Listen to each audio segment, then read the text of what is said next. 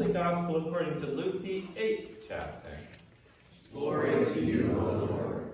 And this is not in your bulletins, so listen. Listen as the word is spoken.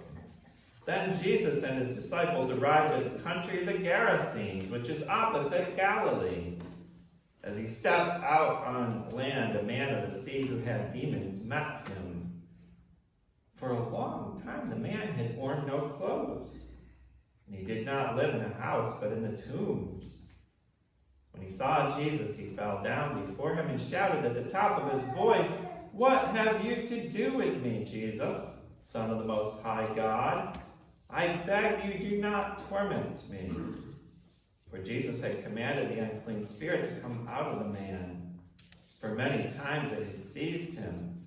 He was kept under guard and bound with chains and shackles, but he would break the bonds and he'd be driven by the demon into the wilds. Jesus then asked him, "What is your name?" He said, "Legion," for many demons had entered him. They begged him not to order them to go back into the abyss. Now there on the hillside a large herd of swine was feeding, and the demons begged Jesus to let them enter these. So he gave them permission. Then the demons came out of the man and entered the swine, and the herd rushed down the steep bank into the lake and was drowned. When the swineherd saw what had happened, they ran off and told it in the city and in the country. Then people came out to see what had happened. And when they came to Jesus, they found the man from whom the demons had been sitting at the feet of Jesus, clothed and in his right mind. And they were afraid. Those who had seen it told them how the one who had been possessed by demons had been healed. Then all the people of the surrounding country of the Gerasenes asked Jesus to leave them, for they were seized with great fear. So he got into the boat and returned. The man from whom the demons had gone begged that he might be with him. But Jesus sent him away, saying, "Return to your home and declare how much God has done for you." So he went away, proclaiming throughout the city how much Jesus had done for him. This is the gospel of the Lord. Praise to you, O Christ. You may be seated. And as you are being seated, I invite you to buckle your seat belts. Keep your arms and legs inside the vehicle at all times during the ride. We've heard those instructions before. We are back to the Gospel of Luke for the next, well, last week it was 24 weeks, 23 weeks. And we are working our way through chapter by chapter in order. We're not skipping around. We dabbled in the beginning chapters of Luke during Advent and Christmas and Epiphany, and skipped around in some of the middle chapters during Lent. But we're starting fresh and anew with Luke chapter 8 today, and working our way orderly through the Gospel of Luke. Now, you'll have to read Luke chapter 7, because this year, Luke chapter 7 gets omitted in the lectionary. And there's a whole reason for that. Easter was not terribly early this year, so in year C, a couple weeks of the lectionary that would include the second part of 6 or 7 did not get used this year. There's extra padding in Epiphany as well. And hang in there. I know I'm boring you, but there's a reason for all of this. Sometimes there are 5 weeks in Epiphany. Sometimes there's 7 weeks. All according to when Easter and Ash Wednesday occur on the calendar, which is influenced by the full moon, which is how Passover is put on the calendar. Full moons. Yes. That's a nice little segue into this Luke 8 story of a naked man running around a cemetery. A man plagued by thousands of demons. A man who has done harm to his own body. A man who has often been chained down by those who are trying to keep him from doing harm to the community. They would chain him down, and then he would break free and continue to be chained by the demons that plagued him. He was in constant bondage. He was a man who no one wanted to encounter. He was a man who no one probably understood. He's a man who probably didn't understand himself. When we were reviewing the lectionary during that boring time 2 minutes ago, that was certainly full of order, right? The high priests from the Old Testament that count by 3s and 7s would have been proud of us for following the lectionary. This scene in the cemetery is pure chaos. And the one who spoke chaos into order with a voice command, God himself, enters this scene, and he doesn't avoid our troubled neighbor, does he? First, he speaks to the demons that are troubling the man, and they tremble for fear of where Jesus is going to send them. Then he speaks directly to this man, who tends to elude members of the community on a regular basis. He asks him directly what his name is. It's just like Jesus to find us right where we are in the moment, in a foreign place, and track us down and look us right in the face and ask us, what is your name? Remember the woman in the crowd who touched Jesus' garment? He wanted to know who she was. Our theme for these 24 weeks of the Gospel of Luke is declare what God has done. Remember that Jesus reveals God to us. When Jesus crossed that lake and stepped into Gentile territory where swines were being herded, a big no-no in Jewish culinary law, Jesus declared what God has done. Jesus declared what it was that we celebrated on Holy Trinity weekend, that God used every ounce of God's essence in order to fix that great divide between God and humankind. Jesus stepped into unknown territory and sought out those who were shackled in this world. I'm sure those disciples were scared, as usual. The people of the town were in a constant state of fear over this wild man. They lived there, and they were scared. Imagine the scene when Jesus said, let's go over to Gerasenes today.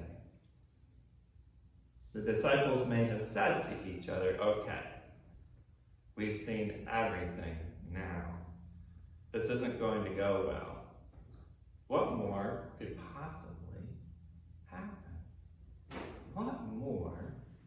We have seen everything. What more can possibly happen? There are times when Jesus takes us to places we just don't want to go.